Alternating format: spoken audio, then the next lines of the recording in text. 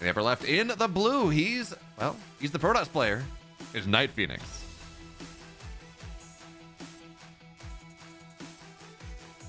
And down here in the bottom right-hand side of the map, we have the red Zerg player from Shopify Rebellion. It is Lambo.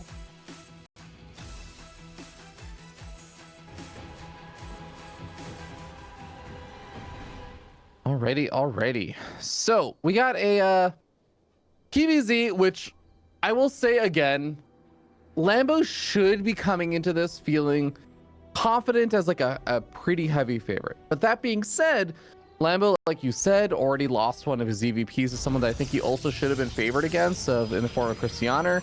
NightPhoenix already kind of throwing out a little bit of shenaniganry by trying to fake a bit of a cannon rush over here, which frankly, when you're facing off against someone that theoretically should be favored against you, I think as the favorite player, like I would definitely consider, yes, there's a very solid chance that my opponent would do something cheeky like a cannon rush to try and sneak in a win. So Lambo shows a little bit of respect for it, pulls 2 drones, doesn't overreact. So really nice job from Lambo. But I think that this is going to be a match where I expect NightPhoenix to try and throw some kind of curveball at Lambo. Yeah, and I do like that, by the way. You talked about this is a match where Lambo is extremely favored. Legulac says it's a 98% win chance for Lambo in this series. Now, we've had a lot of upsets in the regionals thus far. Again, Oliveira finding his way all the way to round 5 when we talk about Asia.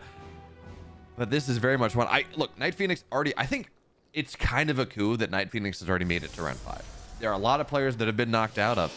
We talk about 5 players advancing. That means 5 players also removed from this group. And NightPhoenix, he's always been kind of this guy that's looking to punch up. He's previously known as Sly Crab, right? He's always got that kind of animal 2-part name behind it, but he's been an up-and-comer for a while, and even still to get to round 5 is already a pretty decent result. Now, of course, he'd love to go further than that, and for now he's doing everything he can to be annoying, right? We saw the fake cannon rush that didn't turn into anything, delays the third base by just a little bit of time. But on the flip side, right, Lambo gets his natural down where he wants, so there's not going to be any mining time lost there from drones being sent over to the third base. The Adept isn't going to have this punishing ability to try to dive between the natural at the third base location and the main. So yeah, Lambo's being annoyed by what NightPhoenix wants to do, but not to the same, like, really nothing. He's not getting enough not getting enough at it. It's not really fair, but as annoying as NightPhoenix is trying to be, he's not really getting anything out of it. Yeah, not yet. The 2 Adepts may end up trying to find some damage over here, but I think it's going to be pretty difficult to let those Shades finish up and try and find too much more damage. So moves forward, is going to try and get into a nice spot in the mineral line where these Adepts won't just get picked off. They do get into an okay spot, find 2 drones, which I guess is something for that 1 Adept. It's not like the best in the world, but it's also like not too terrible. So I think NightPhoenix will be okay with that. But having to use the recall as well is...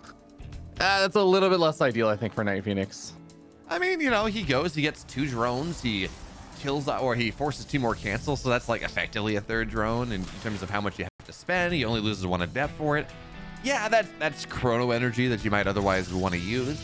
I'm kind of okay with it, right? It's just, yeah, it's damage. It's more damage than you would expect to otherwise get. And yeah, so for now, he's gonna have his third base on the way. The question though is, where does he go from this, right? The standard play would say, yeah, okay, it's Oracles. You get a Twilight, you move into Blink behind that. You get aggressive on the map, you get +1 Blink maybe, you get a Robo, because generally we're seeing a little bit more of that. But right now, NightPhoenix, there's no further, okay, there's the Twilight. I was gonna say, there's no further tech on the way at the moment. But the other thing we've been looking at, right, as we look at how PVZ has been developing a little bit, Revy, is this idea of these Colossus time, or these Colossus macro builds. Because, Colossus Link Stalker timings have been a thing for a long time.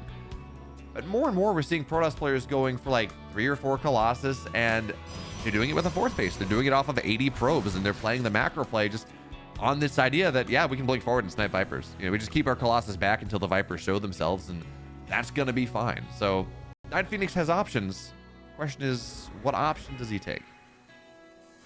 Yeah, I mean, I definitely agree that he has options, and that is definitely one of them, as he could go into that kind of style, but we do have a lot to go before we actually get into that kind of stage. So really nice job already with killing off 4 of those workers and still actually keeping all the oracles alive.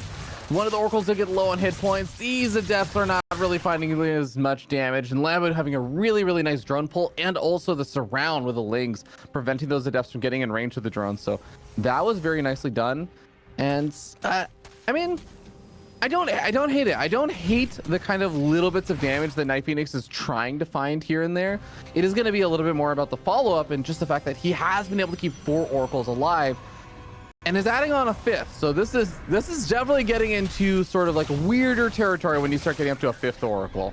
This is pretty cool. This is actually something we saw Hero do against Raynor, I think it was, back in the Masters Coliseum we had at the start of the year, where you get a ton of oracles. We're moving on to 6 oracles right now. You get charge lots on top of it. Notice, by the way, zealots aren't being warped in on the map. They're being warped in the main base. He's hiding this as long as possible, and you just swarm. 6 oracles do a ton of damage. Queens don't last against them, not really. Not many units really can sustain against that. So you hide the oracles, you hide these zealots, and you run across the map. And Site Delta, you know, it's a reasonably sized map, but it's not all that big.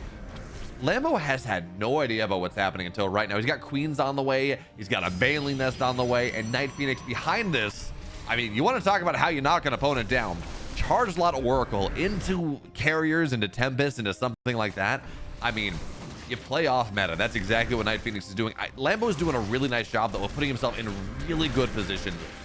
These zealots, they want to be in the open field. They want to be able to fight and get big surrounds on top of things. Lambo is pulling back into his mineral lines, but what this means is 6 drones have gone down. The 4th base is going to go down here, and this is already, I don't know that it's enough. I mean, NightPhoenix is on 3 bases. I'd say, hey, he's getting damage done. This is looking pretty good for a young Protoss player. Yeah, especially if he can continue to find some damage. Remember, there's no Warp Prism over here, so the reinforcing zealots have to walk all the way across the map, and I think that is a good reason to not engage too heavily, especially against all of the Queens and the Roaches. Take the defensive fight, not rather than taking the fight on creep with all the Queens and everything else over there. But I'm totally with you. I feel like if you have the fleet beacon, you've knocked out the 3rd base, you prevented Lambo from getting up to, you know, past like 70 drones for quite a bit of time as well. I don't hate the idea of NightPhoenix just making that transition into a big Skytoss army. Like, this is a pretty decent start for him so far. Dude, there's a mothership on the way too. Yeah. We got a carrier. I assume a 2nd carrier eventually. I mean, those are expensive units, but +1 air attack on the way, 2 carriers on the way out. There's double Stargate. There's a mothership here. Lambo's going into Hydras, and +0, or I guess +1, but 0 armor Hydras against +1 carriers do not fight well. And you need to have an overwhelming number of Hydras to beat a smaller number of carriers.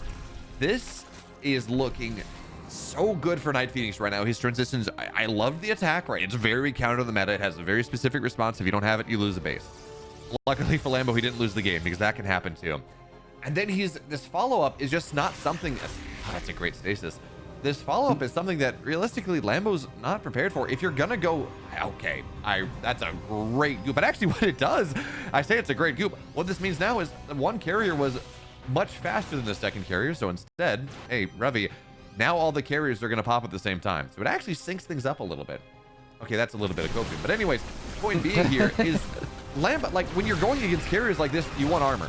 The Hydras, they don't fight very well otherwise. But I guess if you slow the carriers down and you walk across the map with a bunch of Queens, maybe this is enough for Lambo. I mean, NightPhoenix's supply is massive. He's got he's got a mothership here. I don't think this attack works. I think it's going to be very tough to make work. And actually, I think it is really scary, the fact that the mothership is out and that there is going to be carrier number 3 and number 4 on the way that's going to pop out possibly during the middle of this fight. Getting up to 4 carriers and also just having the mothership there to act as like the invisibility cloaking here. If you take out those overseers, which I think were maybe getting focus fired down for a little bit, he does eventually back off though. That is going to be very strong, but shield battery overcharge is going to be on the very front line. It is going to be in a more vulnerable location, but funny enough, the cloaking field is actually helping keep that alive for quite a bit of time. It's just the problem is there aren't actually that many units on the ground. The Queens, the Hydras are dealing a little bit too much DPS now, and you're starting to see that NightPhoenix didn't really get up to the massive swell of units he was looking for, and the stasis traps have not quite been good enough so far. I mean, I think you give the 3rd base up at this point, just recall away. Because look at what NightPhoenix is doing on the other side. He's killed the 4th base. He's gonna kill the 3rd base, I think, as well. you can lose 2 bases as NightPhoenix right now. The natural is going to be a lot okay, kill the base, please. Yes, there are drones, but this base has to go down, and I guess he didn't target it down, so okay, he's only going to get 1 base damage on another. But if you just kite away, you kite away from the creep. The scariest thing right now where Queen transfuses. Okay. I think I was gonna say I think you're probably okay, but the lack of interceptors is kind of a problem. Make no mistake about it, though, Lambo is all in, and he does have to get this damage done. But losing the interceptors, I don't think he lost a carrier. No, the carriers are still there. So again, there's a world where critical mass happens. NightPhoenix comes back from this, but you need the natural to be a lot more defendable than it is right now. There's no wall. Nothing really stops his army from just running right up the gullet. Yeah, I mean, there's not even like a shield battery inside the natural expansion, right? This is really doom and gloom mode here for NightPhoenix. I know that the counter damage looked really flashy and cool, but there is still a massive army that frankly NightPhoenix cannot kill. He cannot prevent his main base and his natural from just getting absolutely ransacked. Time warp is kind of nice, and that's going to make it very difficult to move up the ramp. If he killed off enough of the Hydras, there's kind of like this weird world where maybe, just maybe, the Queens and the Hydras can't actually push up the ramp, but it's going to still put NightPhoenix on 1 base. It's a 1 basing Protoss player against, even if there wasn't a 4th base being rebuilt there for Lambo, a 2 or 3 base Zerg player should still feel very comfortable in that position. I agree with you, and maybe I'm just on a little bit of, again, Protoss hope here, because I think the idea is pretty cool that we saw NightPhoenix go for. You know, there's a world where if you wipe this army, and again, I don't think you're going to be able to trade it cost effectively enough, but like if you kill all the Hydras, you run across the map. Lambo's economy, he's redroned up a little bit, but his economy wasn't great. That 4th base going down, you can kind of hit this point where the Zerg player just can't produce fast enough to deal with all the interceptors. But as NightPhoenix, like, he's mining 500 minerals a minute, he can barely afford to replace all the interceptors that are popping out. So even as we talk about this +1 carrier, if he'd been able to get +2 out, maybe this is another story as well. You know, +2 carriers are terrifying. But as it stands, the Sky Toss idea from NightPhoenix, he's just slowly getting whittled down. The main base is just about mined out as well. So, you know what? I want to believe, but I don't. Yeah, I'm with you in the sense that I really like the idea there from NightPhoenix. It was a really nice setup. The whole Oracle charge lot opening was really scary. Got quite a bit of damage done, and it seemed really promising. But man, Lambo's counterattack really just was able to storm through on NightPhoenix's side of the map. I think there's maybe some small things I can think of that NightPhoenix maybe could have done to help defend a little bit better. Obviously, the counterattack was really nice, but it does kind of make you wonder, like, if all of those zealots are also at home, or if there's additional, like, you know, 8 or 9 additional gateway units warped in that are benefiting from that shield battery overcharge that did last for quite a bit of time. There's all the extra DPS from that. That's also buffering for the carriers and everything else. I wonder if that makes a difference, or if the counter damage was really what made that worth it. And if because I feel like even if he had just defended there without the counter damage, if he defends there, I actually feel like NightPhoenix is in a good spot. Oh yeah, if he defends there, he wins the game. I think, like, with the counter damage, right? The tech was not. Lambo had no hive on. He had no infestation pit. He was very all in on that timing. Unfortunately for NightPhoenix, the all in worked. Like, it was almost there. Yeah, it really did feel like he was very close. I wonder if just like the extra couple carriers being at the very beginning, it's like all these small little things that I can think of that maybe could have gone a bit better. But Lambo hit a very nice, crisp, like, counterattack timing there, where it was before a lot of those things kind of fired up. You were pointing out the slowdown on the carrier production thanks to the overseer ability, the corruption ability. Really nicely done with, like, all those little things that allow him to make the most of that attack and make it look a lot more one-sided with just how that fight went at that third. Yeah, I almost wonder whether it would have made a little bit more sense to try to chrono out a bunch of Tempests, like get up to 5 Tempests pretty quickly instead of going up to because Tempests build a lot quicker, right? To go up to that 5 Tempests, 1-shot a Queen, you have this kiting potential, you have the mothership here that you've already spent 300 on. It might have made sense to stay like ground Tempest for a little bit and then move into carriers on the like +2 timing. I don't know. There's a lot to figure out. It's really hard because I think the Tempest damage and the output is just too slow. Like, I feel like you eventually kill the army and you get up like more Tempest, sure, but I think you just lose your base like before you actually kill very many units at all. Yeah, that's fair. But look, if the counter damage, if he'd killed 2 hatcheries, which he almost did, losing your base is not the end of the world so long as you keep your natural alive. That being said, it's a new day, it's a new game, it's a new map. We're on Crimson Court. In the bottom left, he's actually up one, not down one. There we go. In the bottom left for the Rebellion, it's Lambo. And over here in the top right hand side of the map, we have the blue Protoss player. He is NightPhoenix.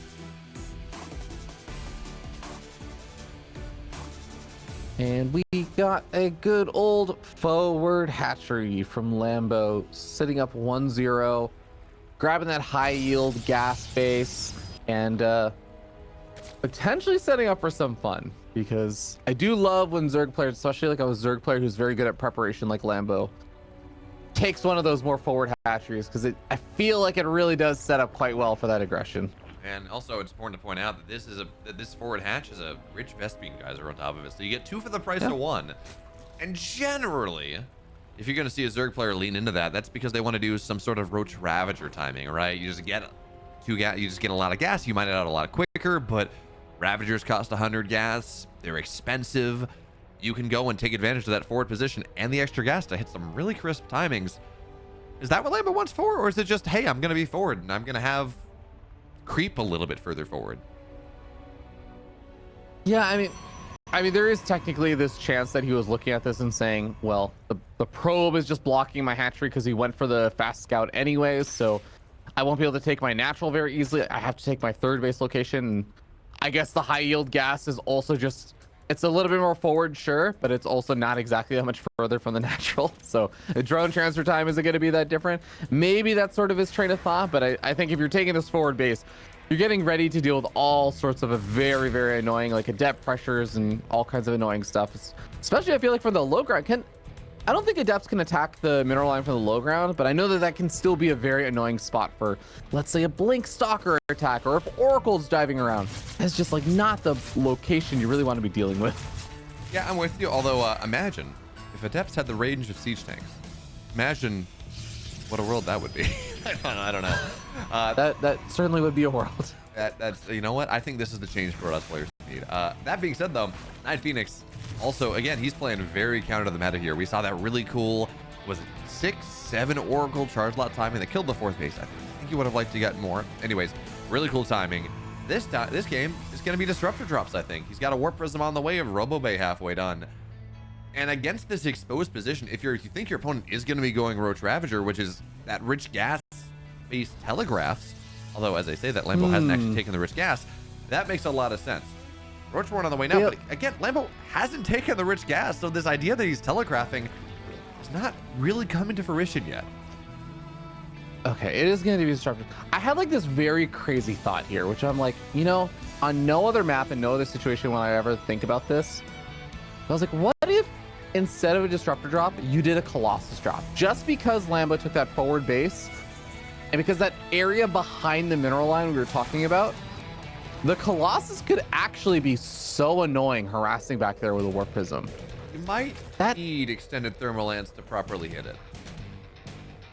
Yeah, you may be right on that. And I think it would probably take too long for that to pop out to truly be effective. So yeah, it was a fun thought. It's not even going to be the case. We're still just going to see Disruptor drop, which I still also do not hate, especially on a map like Crimson Court, where I do feel like a lot of the time we see these armies kind of trying to circumvent, or it's not necessarily that it's a very choked up map, but I feel like there's so many bends and corners and stuff that a lot of the time the armies end up in like this kind of weird limbo line, and then when they start to arrive, they all start to kind of clump up and congregate.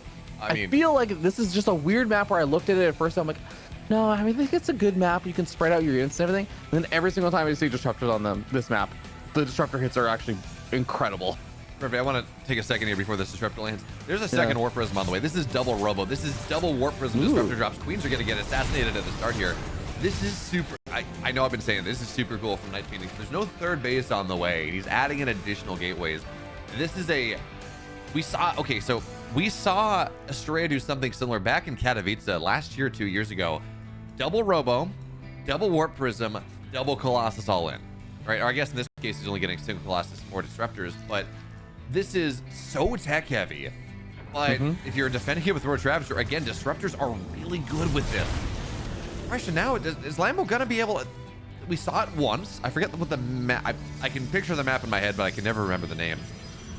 We've seen it work once. Australia won that game a year, like last Katowice, 2 Katowices ago. Is this something that Lambo has in the back of his head? Yeah, it's a good question. This is definitely going to be a weird one. And I mean, Lambo is trying to give this some due respect. He's doing his big overlord flood while staying only on 50 workers so that he can, I thought, make more roaches, but not actually adding on any more roaches. His lair tech is finally going to be finishing up, but this timing is going to end up getting really weird because you still don't need, like, lair only finishing up now means that these roaches don't even have roach speed just yet. And he's still not starting it up. No, and that was just 7 drones going down for the drop as well. So NightPhoenix really now starting to get his pound of flesh in this game. And the one question I was going to ask is, like, is he going to go to 4 Colossus? Answer's no. He's moving out right now. It's 2 Colossus, 4 Disruptors, 2 Warp Prisms. How many gateways? 6 gateways here. This is a powerful timing coming out of NightPhoenix. It is still relying on the Disruptors. Like, let's be clear here. Colossus are a lot of damage, but you won the first. Man, the Queen's going down here at the start. That is so much anti-air. That is so much just health pool that you can add into this army. Losing them so quickly is a bit of a problem. And even then, sniping a single Warp Prism isn't enough here. You got to get both of them down. There's this micro ability, both Colossus. They can be picked up. They can be saved. Yes, this is a game that Lambo can absolutely hold, but this is a very technical hold he's going to have to deal with. And look at these Disruptor shots to start. They're getting pretty solid shots. Yeah, but this is getting really, really weird. The warp in is going to be very important because one of the warp prisms goes down. Disruptors are still staying alive for the most part. The Colossus are finally getting in on top of that mineral line. This hatchery is getting a lot lower. NightPhoenix is definitely doing quite a bit of damage here. Even just knocking out that base is absolutely massive. There's still exactly one fear I have, which is when roach speed kicks in. Lambo is taking all of those fights and looking decent with it without roach speed. Can he overpower this army with roach speed? Warp Prism getting taken out while the warping was still happening. Disruptors on the front lines are getting taken out, and Lambo is overrunning the army of NightPhoenix. Lambo lost a base, but that's just a little bit too much.